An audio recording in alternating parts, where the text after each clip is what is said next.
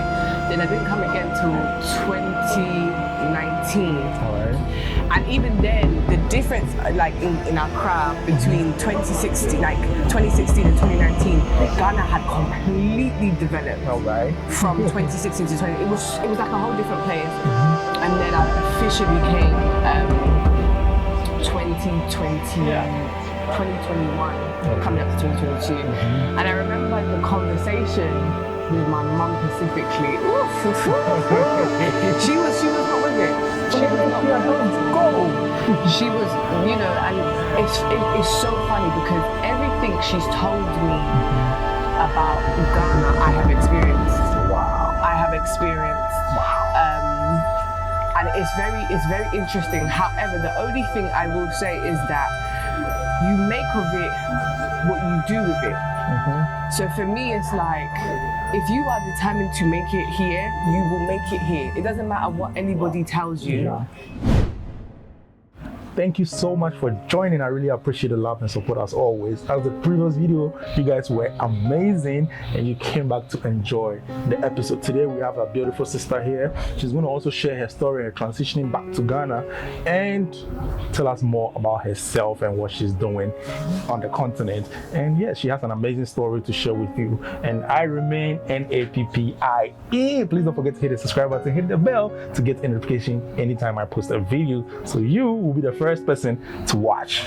Yes, let's just get right into the video. Hi, how are you doing? I'm good. I'm glad. That was a nice intro. Thank you. I'm good. Yes, yes. My name is Nappie, and what's your name? Christina Carmel. Okay, Christina Carmel, where are you from? Ghana. You're from Ghana. Fully Ghanaian. I mean, don't you get Obroni vibes? All the time. All the time. Guys, I'm Ghanaian. She's Ghanaian. Yes, yes. What's your Ghanaian name? Erekwa. Okay, so I'll call you Erekwa. Okay. In the interview. Okay. All right. So Erekwa, how long have you been in Ghana? Because you have the UK accent, so I'll probably say you were born in the UK or you were born here and moved to the UK. So I was correct. The second one, I was born in the UK. I've been in Ghana for about coming up to a year and a half now. Yeah, coming up to a year and a half. It was just time. It was just it was really just time because the UK was just going to a whole different direction. Oh, really? Because you know we had COVID, and then you know we went through in the UK we went through a very long lockdown. Right. Yeah. I feel like more than anybody else. Ours was about 2 years. And then they were now talking about continuing into another 6 months. I said, immediately no. And Ghana was just 2 weeks. And even then, Ghana was 2 weeks. I heard people were still out, people were still outside. It's true, yeah, we're all outside. It wasn't too strict. Right. I mean, there was like restrictions and cautions, but we were like restrained in the UK. Right. It was really, really difficult. So I was like, Boris, my friends, I'll see you later. So you came with Boris, I guess. Yeah, well, Boris is no more the Prime Minister. Boris is gone. Yes. So coming to Ghana for the first time, I mean, you're Ghanaian and your parents are Ghanaian, right? So you coming to Ghana to visit or like coming back home, how was it like? Because you told your parents, Mom, Dad, I'm tired of the UK, I want to come to Ghana. What did they tell you? And that story is because I was coming. I think I came 2016. I came twice. Okay. I came 2 times that year. Then I didn't come again till 2019. All right. And even then, the difference, like in our crowd between 2016 and 2019, Ghana had completely developed. All right. From 2016 to 20, it was like a whole different place. And then I officially came 2021, coming up to 2022. And I remember the conversation with my mum specifically. She was not with it. She was not with it at all. Go. She was, you know, and it's so funny because everything she's told me about Ghana, I have experienced. Wow. I have experienced. Wow. And it's very interesting. However, the only thing I will say is that you make of it what you do with it. So for me, it's like, if you are determined to make it here, you will make it here. It doesn't matter what anybody tells you. but your experiences among others will be the same. Wow. It will be the same, but then it's about how you're able to shift it, because everything she told me, to the mindset of the people, the slowness in service, doing a business out here, the, you know, even down to like hiring staff and like every little thing. So she was like, what is the point?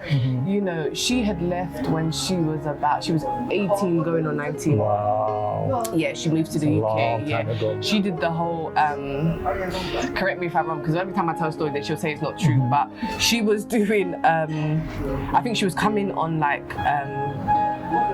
a summer camp type of thing. I don't know how you say it, like when you come and you do like little internships and stuff in the UK. Yeah. Before then she officially stayed. So she's been there since she's been in the UK since she was 19. And so for her it was like, I left for a reason type of thing. So where do you now think what's the point? Yeah, right. Like, it's not changed since my time. It's one of the things I heard from everyone, all my uncles, my mom. It's not changed since our time. It's not changed since our time. Aesthetically, it has changed, but it hasn't changed in terms of the developmental, the mindset of the people, and all those other stuff. So she was not with it. Wow. She was not with it at all. But now, of course, there has been some success rates. Okay. And so, you know, proving now, her wrong. Pim, quiet. Quiet. Wow. Okay. Your mom said all this. You actually still did the transitioning, and you were here in Ghana. Did she ever bring you when you were little, visit and all that? Yeah. Yes. So she showed you your home, basically. Yeah. So yes, coming to Ghana and you being in the UK your whole life, and your mom telling you all this. I mean, positive, negative, give and take.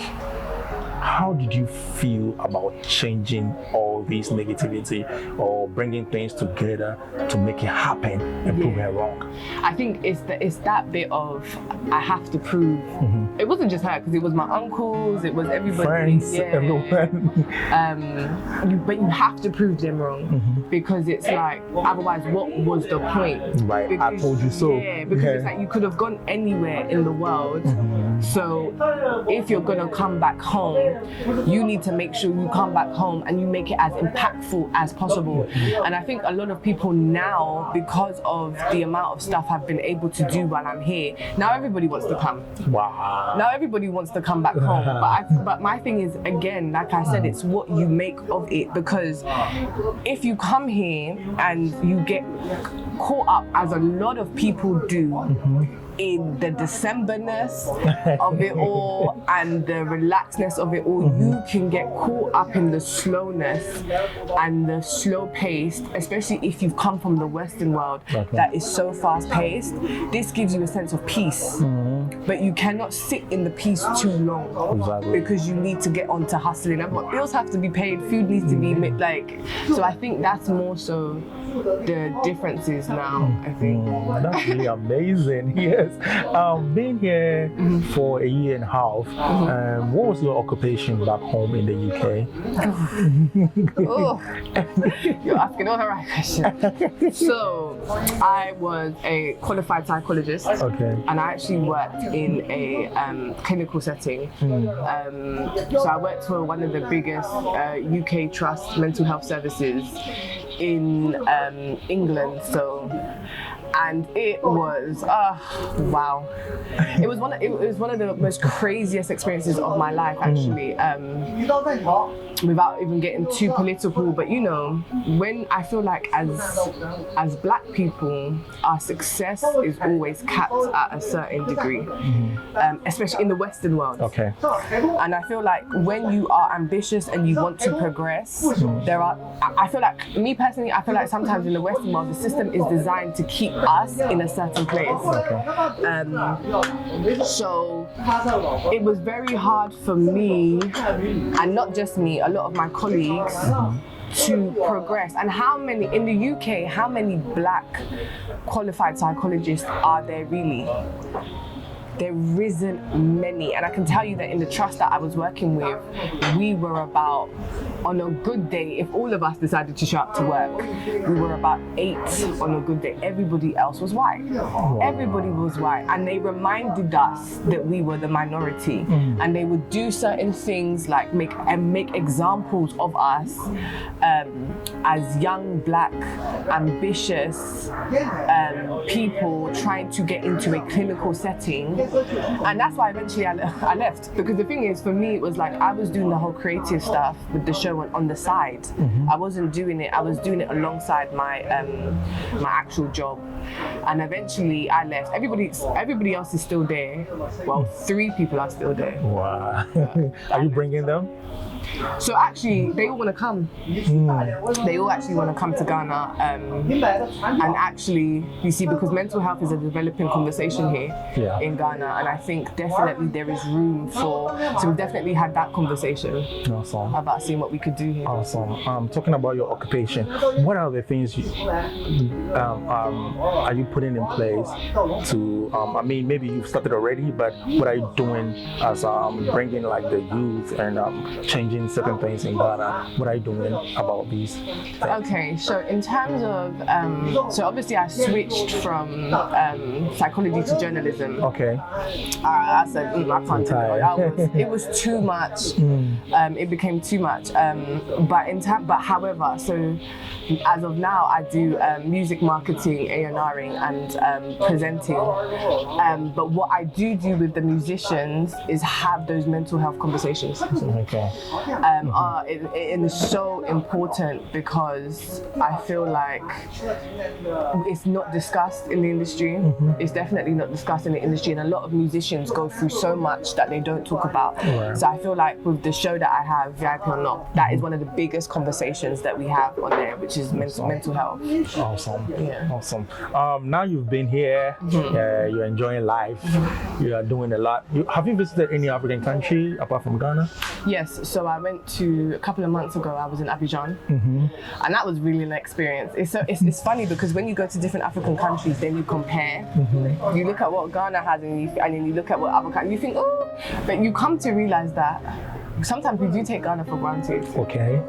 We actually do, because the freedom. The freedom, and actually some African countries are not as developed as we are. As much as we complain about so many things, they're actually really not.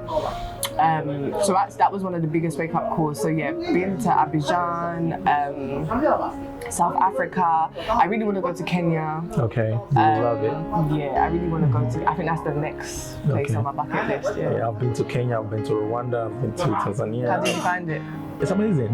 My best place. It's like the best place to be for me right now is East Africa. Yes, and I love it. Okay. Yeah. Okay. Yes. Oh, wow. So yes, my Kenyan friends, please bring her to Kenya. Along. Yes, and she will love it. I know she's not going to come back to Ghana. Yes. Fast forward. How do you see the continent? How do you see development? Because that's what you mentioned first. As it's like, since you've been here, are things moving forward, or they are stable, like they're not moving? So how do you see things in Ghana? And will you always try to invite people in? Absolutely. I think Ghana has developed and progressed beyond our imagination. I believe. I don't think we even anticipated for this level of growth.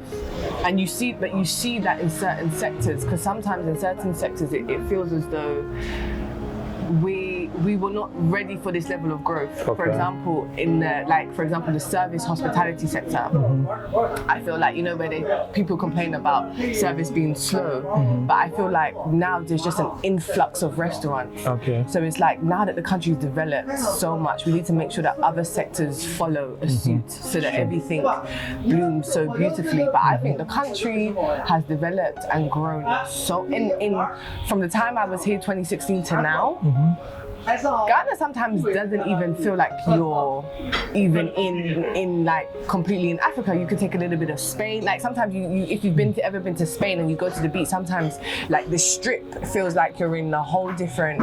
It's the same as like Turkey. It's just it's developed so much, and people have come and they've like put their ideas in, and it's really structured the country.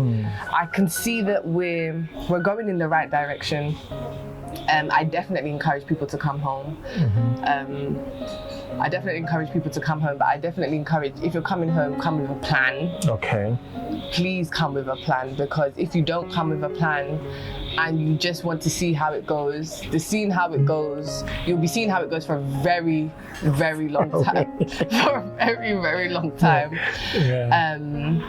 So come with a plan, structure yourself, have a solid source of income.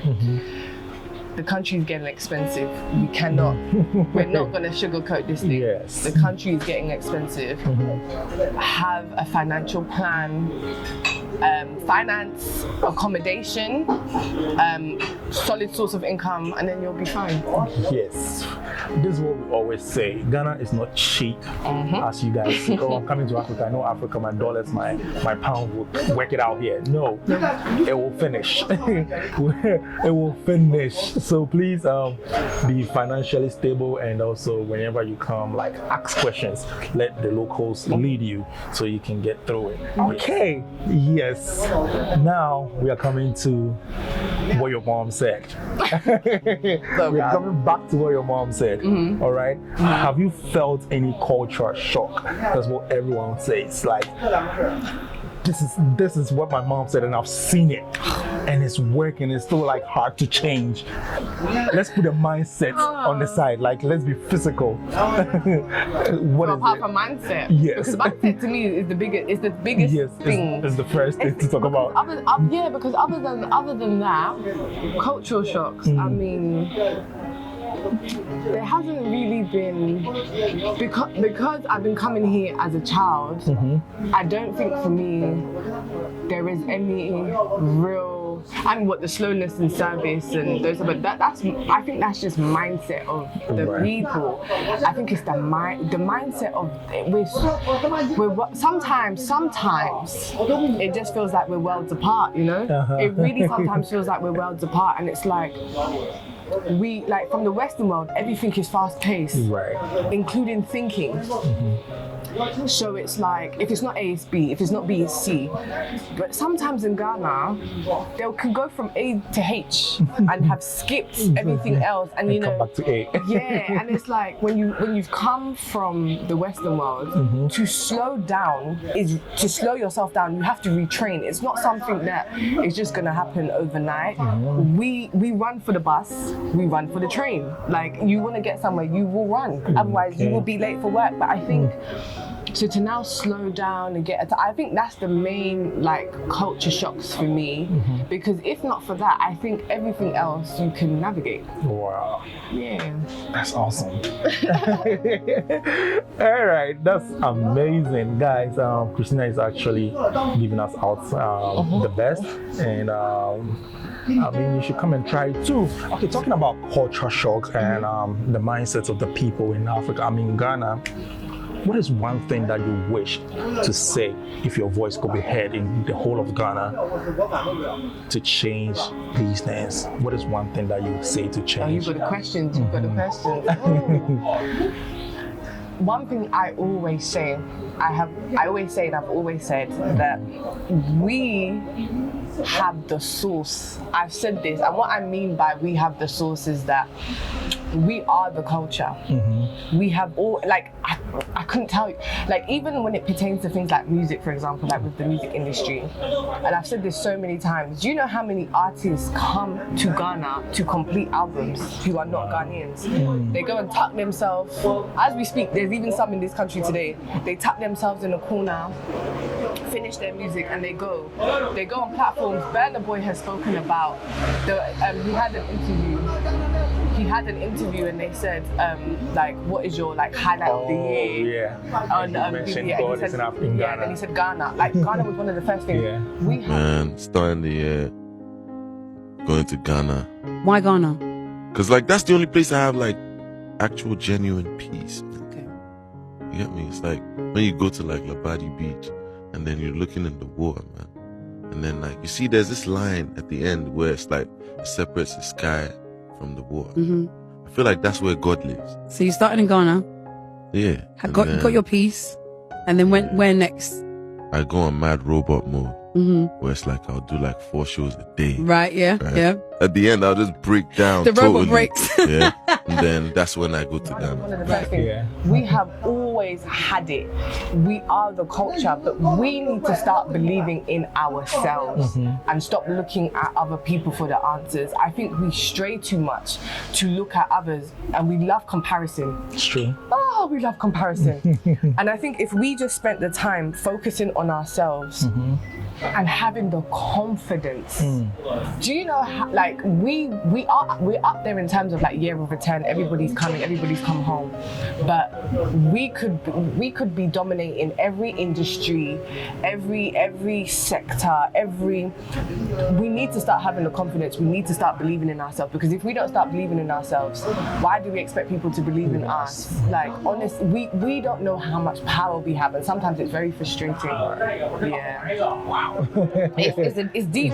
We actually have the power ourselves, but yeah, we are not using them. So guys, it's not the end of the video. Please pause, go and follow her on Instagram, Christina Carmel. I'll put the name down there. And also she has a show coming up on YouTube, which is VIP Unlocked. Yeah, so we're going to unlock everything about the VIP section in Ghana. If you are here with me, please go ahead and subscribe to the channel, and also follow her on Instagram.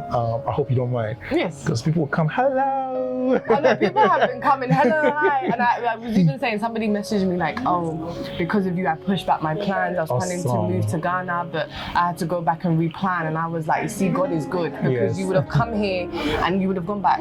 Yes. You would have gone back, yes. Let's talk about investments. Do you have like investment plan? Like, I don't want you to mention what you're about to do, because you know, people still ideas. Yeah. So do you have like plans to put up things to support the youth and also yourself?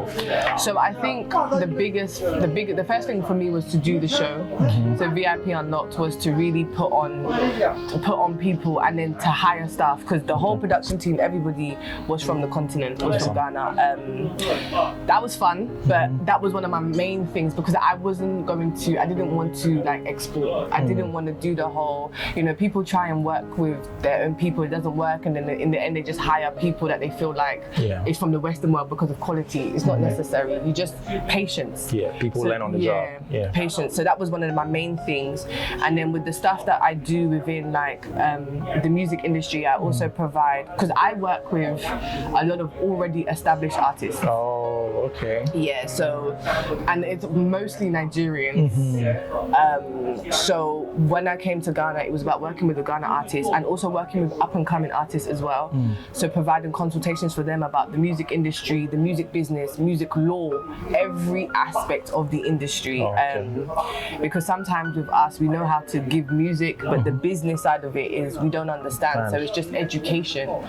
And the biggest thing for me coming here is education. Awesome. I think a lot of people come here and they want to just throw money into big things. Education is the main thing. Thank you so much, guys. I really appreciate the love and support as always. I know you've watched this video through to the end, and I know you love it. Yes. What is one advice that you will give to people who are trying to move to the continent, and also people who have never ever visited the continent but they are scared to visit or move to the continent? Don't be afraid, just come. But plan. Once you have a solid plan, you have a financial plan, and you can provide yourself with good accommodation where it's not too expensive, come and enjoy, relax, take the sunshine, fresh fruit. It's like paradise. Okay, it's like paradise, yes, just as we are here at Thai House, it's like paradise here. So come and visit before you move, so you can know. There are so many countries in Africa, 54, 55, you can visit any of them. Africans are not dangerous. We love each other, so just come, let's enjoy life in Africa. Thank you so much for watching. I really appreciate the love and support as always. I remain the boy, NAPP IE. And I'm going to catch you guys on the other side. Please go ahead and subscribe to VIP Unlocked on YouTube and also follow her on Instagram. It's Christina Carmel. I'm going to see you guys on the other side. Peace.